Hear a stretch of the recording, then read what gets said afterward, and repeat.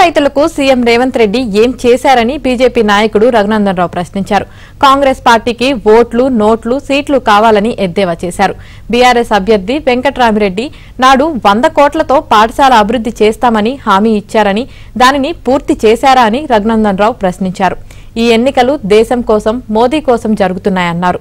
మోదీ మూడోసారి ప్రధాని కావాలంటే బీజేపీకి ఓటు వేయాలని ఆయన కోరారు. మెదక్ పట్నంలోని రామ్దాస్ చౌరస్తాలో రైతు సత్యాగ్రహ దీక్షలో ఆయన మాట్లాడారు.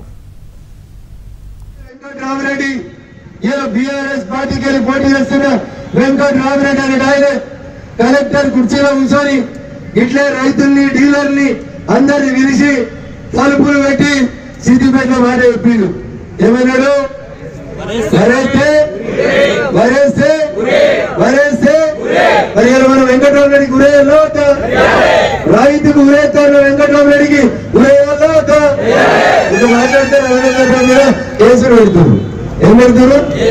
మరి ఇలా మాట్లాడేది సంగారెడ్డి కేసులు పెట్టారు. కాంగ్రెస్ అంటేనే మోసం, మాట ఇవ్వడం, మాట తప్పడం కాంగ్రెస్ కి కొత్త కాదు.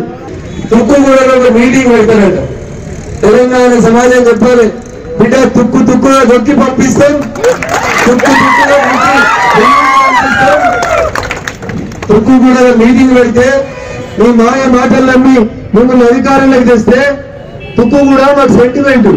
ఎందుకంటే రాజశేఖర రెడ్డి చేవెళ్ళ సెంటిమెంట్ చెప్పినట్టు వీళ్ళు తుక్కుగూడ సెంటిమెంట్ చెప్పి ఇక్కడికి వెళ్ళే దేశానికి కాంగ్రెస్ పార్టీ ఏం చేస్తుందో చెప్తారట. మనం చెప్పాలి, గల్లీలో ఏం చేస్తామో చెప్పి 120 రోజులు అయింది. గల్లీలో చెప్తానని ఏనా కానీ ఢిల్లీలో ఏం చేస్తావు రాహుల్ గాంధీ అని అడగాలి.